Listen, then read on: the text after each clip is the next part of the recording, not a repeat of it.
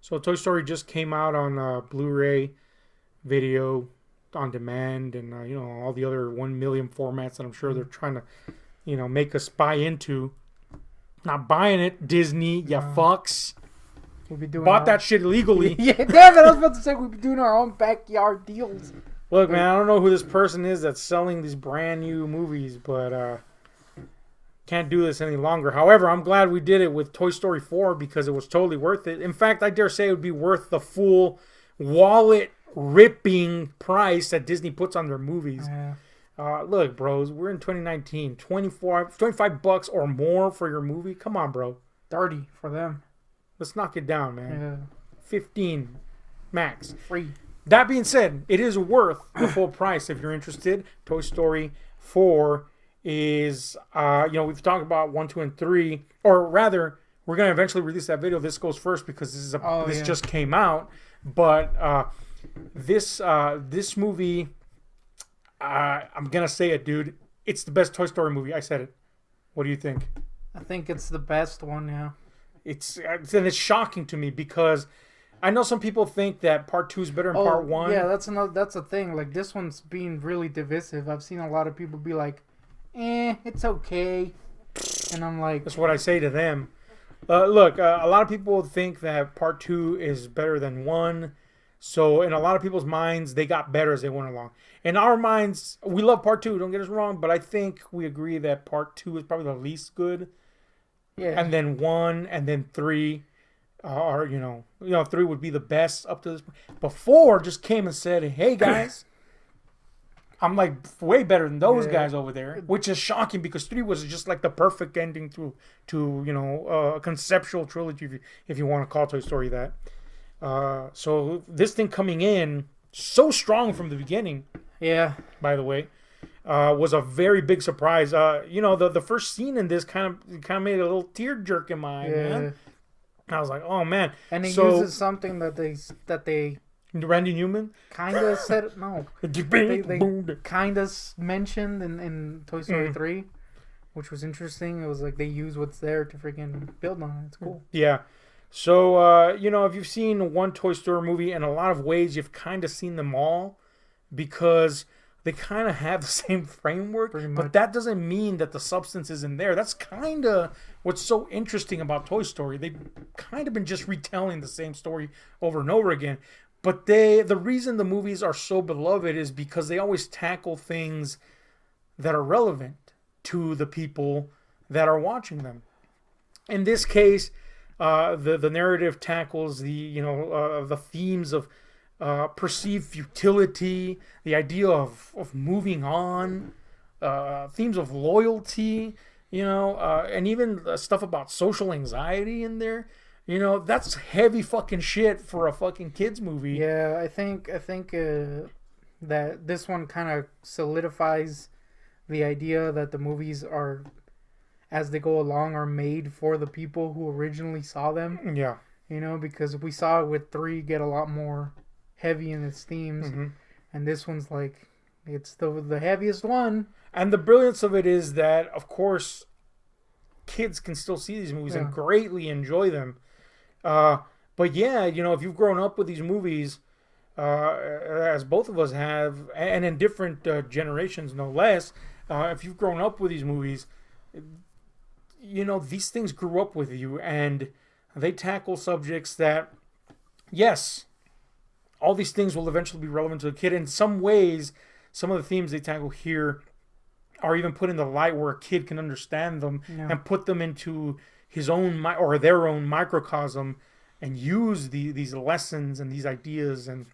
But yeah, there's stuff in here that's very clearly for adults, more for adults than anything else.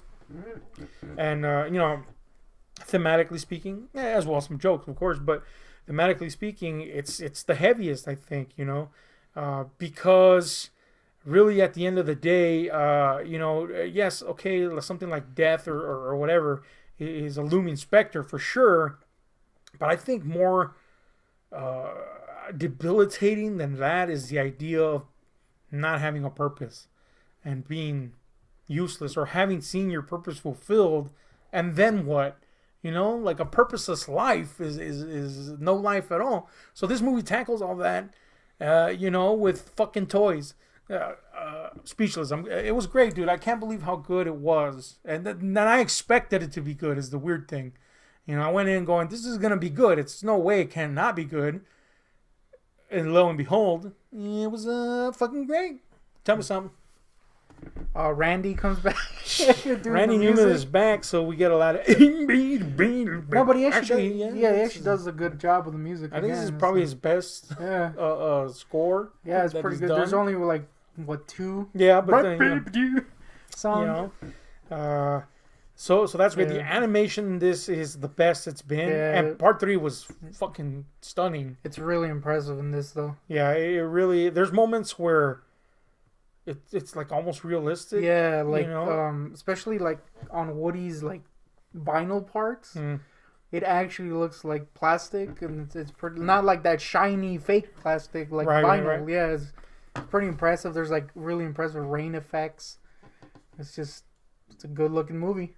Yeah, I think one of the points of possible contention to some people, especially people that aren't going to bother watching the thing to judge for themselves, is that a character is brought back, in this case, Bo Peep, and she's kind of revamped in a lot of ways. And the way this was marketed, even on the DVD itself, or the Blu-ray itself, it gives this impression of like, what a lot of people perceive as the feminist agenda in movies now. There's a lot of movies with female leads coming out, but that doesn't mean all of them have this fucking glaring, overbearing agenda in mind. It's okay for chicks to be in movies, guys. It's totally fine. Your penis is not going to go away, all right? And not all of them have that intention. There's a way to use that subtly. I think the way Bo Peep is utilized here, this could have gone very wrong had they done what a lot of people have been doing recently. But the way it's handled here... Or what the marketing made it look like. Or the way the marketing made it look like.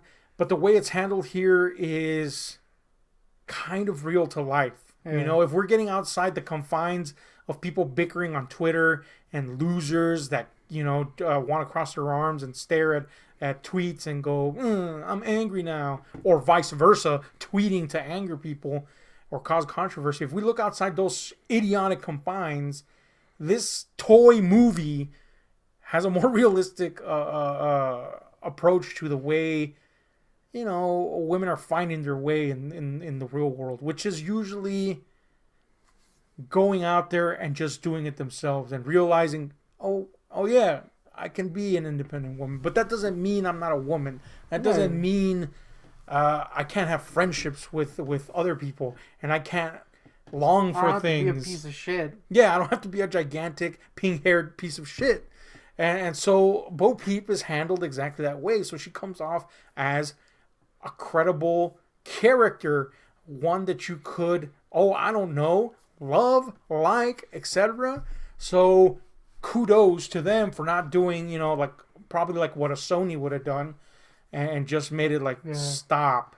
Stop. There's like 4 Bo Peeps, and they're all played by a comedian. Yeah, and they're all kicking dudes in the nuts or something. None of that. Just so well done. Like, cool, man. I loved it. I love the way they handle that. P.S. She's got that donk.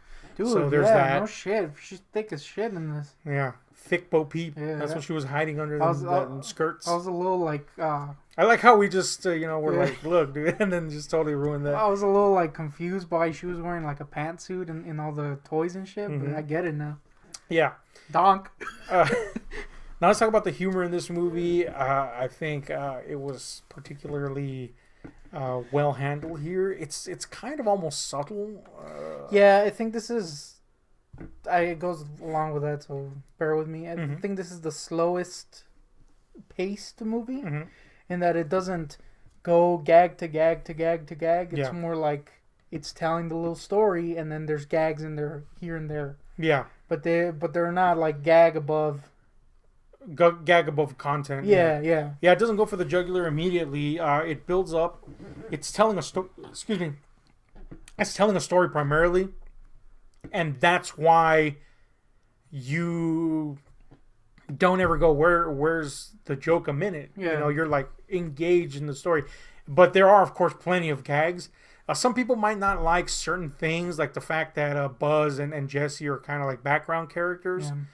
This is Woody's story. It's pretty much Woody, the movie. Yeah, and because of that, the movie, you know, that's what makes it work. If we would have like focused too much on the other characters, we would have lost that particular magic of the movie.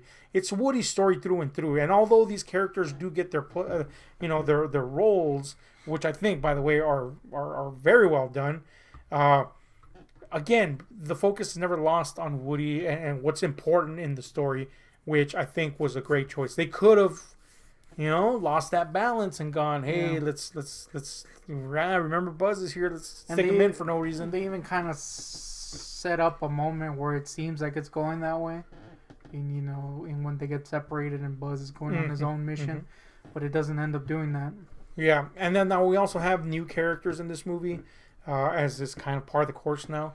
And what did you think of the new characters? We have, of course, kind of like, I guess, for lack of better words, the antagonist, the villain, if you will, is what was her name? Gabby. Yeah, I think the villain.